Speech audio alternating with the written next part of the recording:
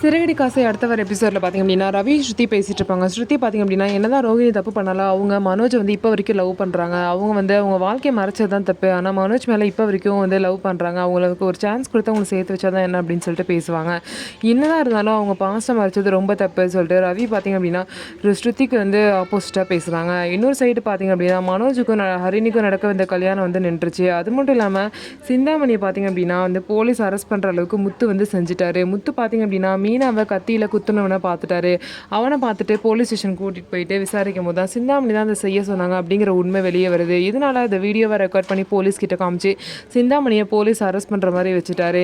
அது மட்டும் இல்லாமல் இதனால் சிந்தாமணி இவங்களை பழி வாங்கணும் அப்படின்னு சொல்லிட்டு அந்த ஃபினான்ஸ்க்கு விடுற அந்த பர்சனோட சேர்ந்துக்கிட்டு பார்த்திங்க அப்படின்னா விஜயா வீட்டுக்கு கிளம்பி வராங்க. கிளம்பி வந்து பணம் எங்கன்னு சொல்லிட்டு கேட்கும்போது என்ன பணம் அதான் நாங்கள் கரெக்டாக கட்டிகிட்டு இருக்கோம்ல அப்படின்னு சொல்கிறாங்க. அதுக்கப்புறம் பார்த்திங்க அப்படின்னா இந்த மாதிரி விஜயா வந்து அண்ணாமலைக்கு தெரியாமல் அவங்க வீட்டு டாக்குமெண்ட்டை திரும்ப வாங்கி அதை வந்து இவர்கிட்ட அடமான வச்சு பணம் வாங்கின விஷயம் எல்லாத்தையுமே சிந்தாமணியும் அவரும் சொல்கிறாரு.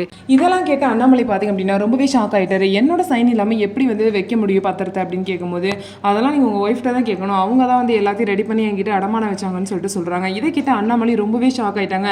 என்னோட உழைப்பெல்லாம் நீ எடுத்துக்கிட்ட, அது மட்டும் இல்லாமல் இப்போ ஃப்ராடு தரம் பண்ணி என் வீட்டையும் வந்து இப்படி வந்து பத்திரத்தை வந்து வச்சுருக்கீங்கன்னு சொல்லிட்டு மனோஜ் விஜயா வந்து அண்ணாமலை திட்டுறாங்க. இதுக்கப்புறம் என்ன முடிவெடுக்க போகிறாரு அண்ணாமலை வீட்டு விஷயத்தில் அப்படின்னு சொல்லிட்டு வெயிட் பண்ணி பார்க்கலாம். நம்ம வீடியோ உங்களுக்கு பிடிச்சிருந்தா நம்ம வீடியோவை லைக் பண்ணிட்டு பாருங்கள்.